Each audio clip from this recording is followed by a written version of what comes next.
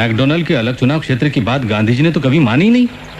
लेकिन मुसलमान, सिख और ईसाइयों को तो अलग चुनाव क्षेत्र दिए गए हैं। वो उसका विरोध क्यों नहीं करते? सिर्फ हमें ही परे रखने की कोशिश क्यों कर रहे हैं वो? महात्मा जी के तरीकों की गहराई को समझना हम सामान्य जनों के बस में कहा। लेकिन महात्मा भी कोई अमर व्यक्ति नहीं है, ना ही कांग्रेस।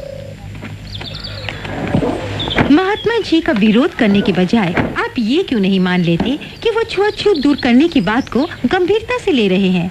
बहुत सारे महात्मा हिंदुस्तान में आए जिनका उद्देश्य छुआछूत दूर करना तो था, लेकिन कोई भी सफल नहीं हुआ। महात्मा आए और महात्मा चले गए, लेकिन अछूत फिर भी अछूत ही रह गए। अम्बेडकर, अम्बेडकर, अम्बेडकर, बापूजी को बचाओ, अम्बेडकर, बापूजी को बचाओ, महात्मा गांधी जिंदाबाद, महात्मा गांधी जिंदाबाद, डॉक्टर अम्बेडकर, बापूजी को बचाओ, डॉक्टर अम्बेडकर, बापूजी को बचाओ, अम्बेडकर। मान जाओ। आप लोग मुझे शांति से रहने क्यों नहीं देते? बहुत काम करना है मुझे। वहाँ गांधी जी खतरे में है और ये यहाँ शांति से जीना चाहते हैं। आप जाकर क्यों नहीं मिलते महात्मा जी से पूना में? आखिर क्यों? मैं जो चाहता हूँ मैंने बता दिया। मुझे काम करने दीजिए। कल सुबह मुझे कोर्ट जाना है एक केस के लिए। क्या पैसा कमाना तुम्हारे लिए गांधी जी की जिंदगी से ज्यादा जरूरी है? मैडम पेरिन और मिस्टर ठक्कर, आप नहीं जानते आप क्या कर रहे हैं। आपके नेताओं को रोजी रोटी की कोई चिंता नहीं होती होगी। अगर मैं काम नहीं करूं तो खाओ क्या, मेरा परिवार भूखों मरेगा। मुझे अकेला छोड़ दीजिए। डॉक्टर अंबेडकर, दुनिया भर से हमें तार मिल रहे हैं जिनमें गांधी जी की जिंदगी बचाने की प्रार्थना की गई है। महात्मा जी को बचाना ही चाहिए, लेकिन हमारे हकों के सामने आप गांधी जी की जिंदगी का प्रश्न आखिर क्यों खड़ा कर रहे हैं? आप चाहे तो मुझे फांसी दे दीजिए, लेकिन अपने लोगों के हकों की बलि नहीं चढ़ाऊंगा सिर्फ गांधी जी की जिंदगी बचाने के लिए। आप गांधी जी से विनती करें कि वो अपना उपोषण एक हफ्ता विलंबित करें और फिर हल ढूंढिए इस समस्या का।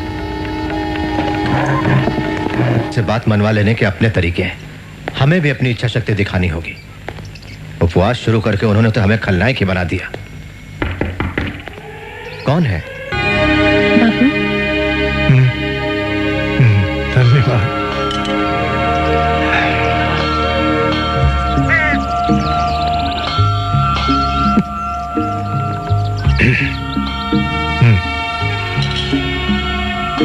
वल्लभ भाई, मेरी ईश्वर के साथ लड़ाई शुरू होती है। आपके आराम करने से पहले बापू, पत्रकार आपसे मिलना चाहते हैं।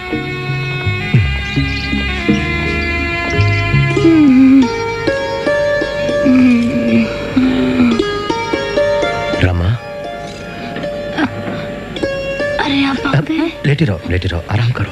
आपके लिए खाना लाती हूँ। नहीं। नहीं रमा, तुम मत उठो, मैं खाना लाती हूँ। लेटी रहो। तुम दवाई तो ले रही हो ना? क्यों लड़ रहे हैं आप गांधी बाबा से? ये तो मेरे भाग्य में है। ना लड़ो तो हमेशा ऐसे ही रह जाएंगे।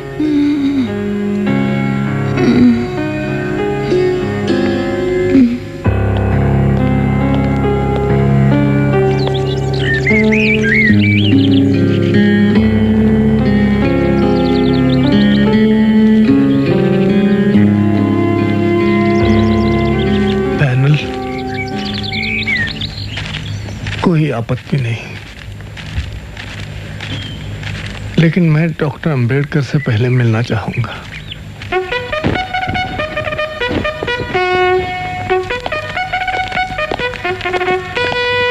नमस्ते। नमस्ते। चलिए।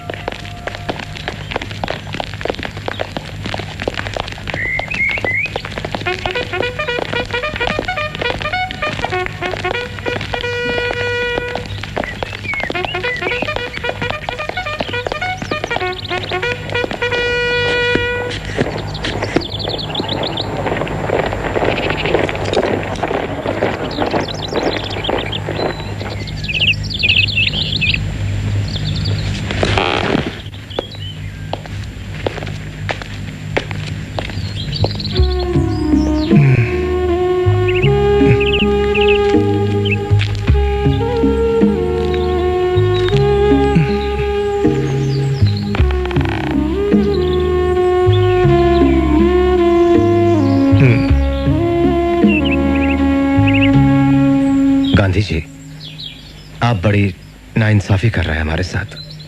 यह तो मेरी मजबूरी है। आपका क्या सुझाव है? मुआवजा, अलग चुनाव क्षेत्र की मांग छोड़ने का। मैं समझ गया। आरक्षित सीटें,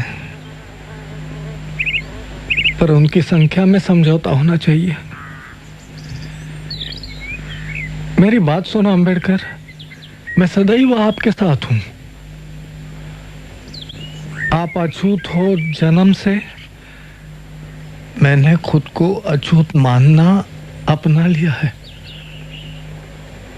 आप मुझे बचाना चाहते हैं, मैं जानता हूं। जी गांधी जी, मैं अलग चुनाव क्षेत्र की बात पर अड़ नहीं रहा हूं सिद्धांतों की वजह से।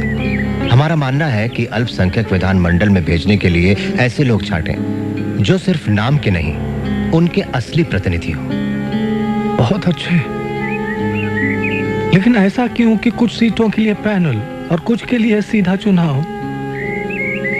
इससे तो एक अनैसर्गिक विभाजन हो जाएगा शोषित पीड़ित वर्गों में, और आपस में बंटवारा भी। क्यों ना पैनल के द्वारा प्रारंभिक चुनाव करें सभी सीटों के लिए? ठीक है, सभी सीटों के लिए पैनल मंजूर है मुझे। शाबाश। अब पैनल बना हो 5 का बजाय 2 के। मैं आपको वचन देता हूं अंबेडकर, आज से मेरी पूरी जिंदगी इस देश से छुआछूत को जड़ से मिटाने के लिए ही अर्पित होगी। अब बाकी बातें विस्तार से इन साथियों के साथ। मैंने अपने बाकी साथियों से बात की है। प्रांतीय सभा के लिए वो लोग 126 से ज्यादा सीटें देने के लिए राजी नहीं होंगे। लेकिन हम लोग 197 सीटों की मांग पर अडिग हैं।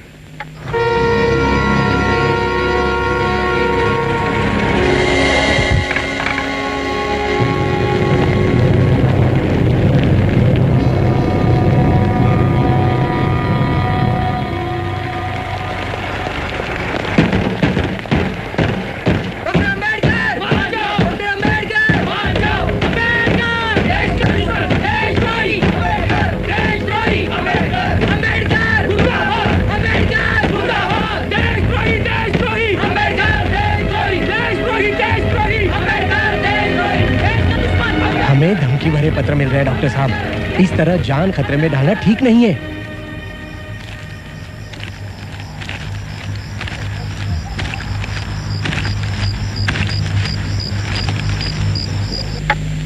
तो हम सहमत हैं 148 सीटें देने के लिए, और हिंदू सीटों में से 10% सेंट्रल असेंबली में।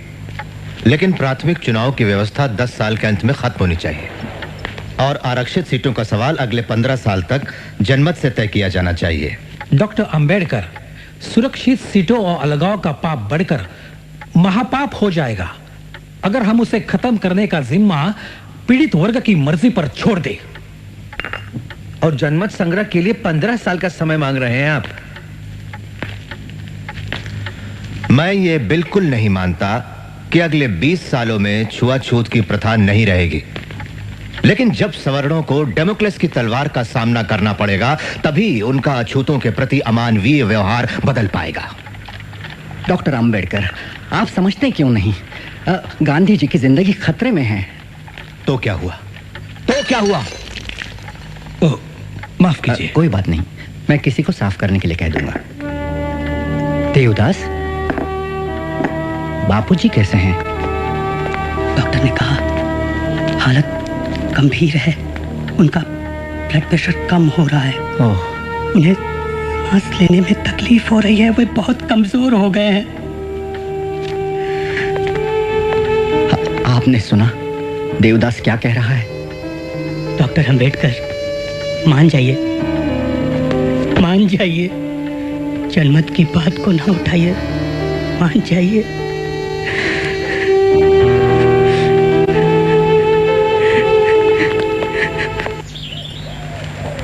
मैंने इनकी बहुत सारी बातें मान ली हैं बापूजी, 197 से 150 सीटों पर आ गया।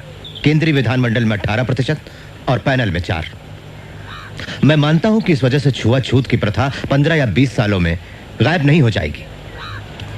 मेरा प्रस्ताव है कि इस मसले पर 10 सालों में पीड़ित वर्गों का मत संग्रह करा लिया जाए, लेकिन ये लोग इसका विरोध कर रहे हैं। आपको मतलब इससे सवर्णों की धीरज की अग्नि परीक्षा हो जाएगी? विचार बुरा नहीं, पर इतना इंतजार क्यों करें? क्यों न 5 साल में? सवर्णों के अछूतों पर सदियों से किए हुए अत्याचारों के खिलाफ अछूतों के अंदर जो पीड़ा और नाराजगी है, क्या उसे बयान करने की जरूरत है? तब भी आप सोचते हैं बापूजी कि 5 साल? जानता हूं आपको हक है अपने बचाव की मांगे करने का, पर अपनी इस मृत्युशैया पर लेटे हुए मैं आपसे उदारता की अपेक्षा रखता हूं। थोड़ी मोहलत मांगता हूं सवर्णों के लिए। उनका ईमान अब जागने लगा है अंबेडकर। कानूनी उपाय करेंगे इस वक्त तो फिर हृदय परिवर्तन और आत्मशुद्धि के इस कार्य में विलंब हो जाएगा। लेकिन बाबूजी, ठीक है जनमत, लेकिन 5 साल के अंदर।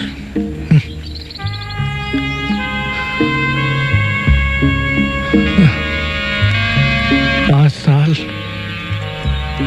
या मेरी जिंदगी।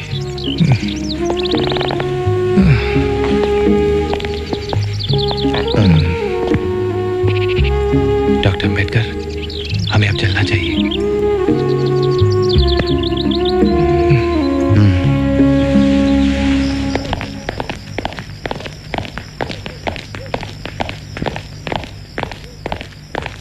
मिस्टर गांधी और डॉक्टर अंबेडकर के बीच लंबे समय से चला आ रहा आमना सामना आज आखिर पूना करार के रूप में खत्म हो गया। डॉक्टर ने इस पर जनमत संग्रह की शर्त के बिना दस्तखत करना कबूल कर लिया है। इस समझौते पे डॉक्टर अंबेडकर और पंडित मालवीय दस्तखत करेंगे। इससे गांधी जी का दीर्घ कुपोषण भी समाप्त हो जाएगा। मां फलेषु कदाचन मां कर्म फल हेतुर्भु माते संगोस्त्वकर्मणि।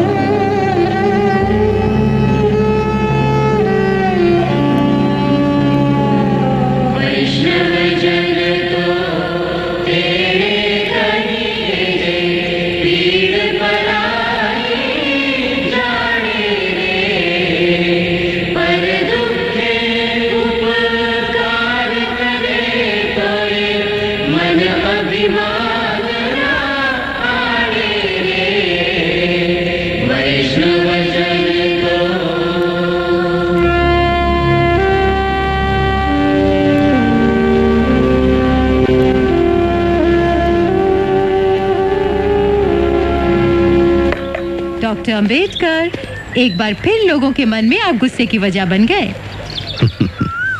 मैं क्या कहूं मिस एप्स्टाइन, ये मेरा दुर्भाग्य है। इसमें कोई अतिशयोक्ति नहीं कि आज इस देश के हिंदुओं के दिल में सबसे ज्यादा नफरत मेरे लिए है।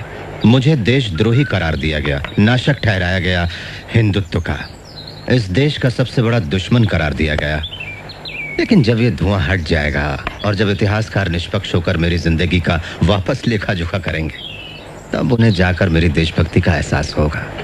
ऐसा अगर नहीं हुआ तो? नहीं हुआ तो मैं परवाह नहीं करता। मैं जानता हूं कि पीड़ित वर्गों का मेरे काम में असीम विश्वास है। ये पक्का है कि मैं उनके दिल में हमेशा बसा रहूंगा।